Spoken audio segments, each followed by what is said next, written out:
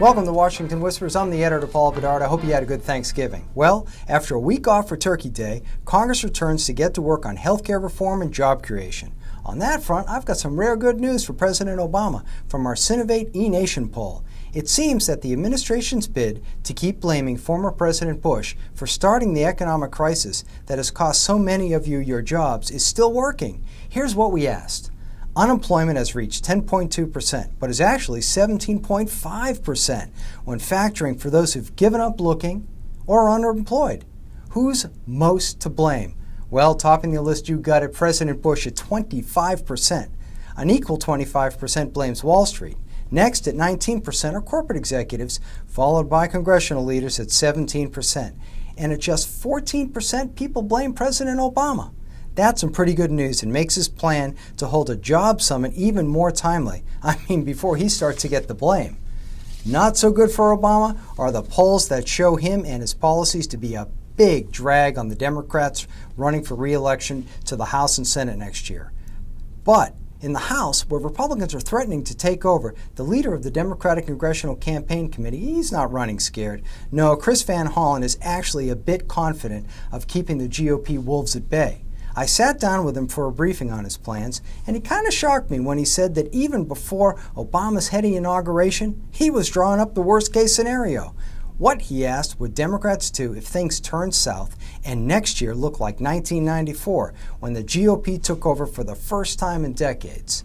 Well, it's happening, but he's prepared, unlike those poor Democratic leaders in 1994 who never saw it coming. On his plan, raising money, helping newcomers keep in touch with constituents, and keeping retirements low. He actually thinks he can keep losses to the historical average of about 25. But it's not just defense. Van Hollen, an old youth soccer league coach, has drawn up some offensive plays for his team.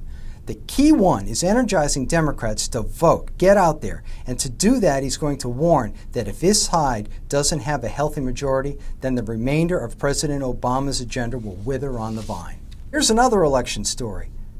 There have been rumors going around that Senator John McCain, the last GOP presidential nominee, is in trouble in his re-election back home in Arizona. In a Rasmussen poll, for example, he was even with a former congressman who's not even in the race. Well, as peeps say, don't worry. McCain is in it to win it. In fact, one aide said, those who think McCain can quit must be living in a cave. And finally, a little Christmas story. You've probably heard that the Capitol is soon to take delivery of a huge 85-foot spruce from Arizona. They call it the People's Tree, and it's the last in a tradition of hacking down a nice old tree from a different state each year to get decorated for about a month. Well, it didn't always used to be this way. Back in 1963, a 24-foot Douglas fir was planted on the Capitol grounds. Makes sense, right? Well, a Capitol spokeswoman tells me that it just doesn't work out for the poor trees. That one, for example, died in a windstorm and from root damage. And it's the root damage that would kill any tree. Just consider the huge crowds around it for Christmas, the annual July 4th concert, and of course presidential inaugurations. Sad, but the best way is to go out and cut down a freshie just like most of us do at home. Okay, that's a wrap. Thanks for listening, and check back often to see what Washington Whispers is reporting. I'm Paul Bedard.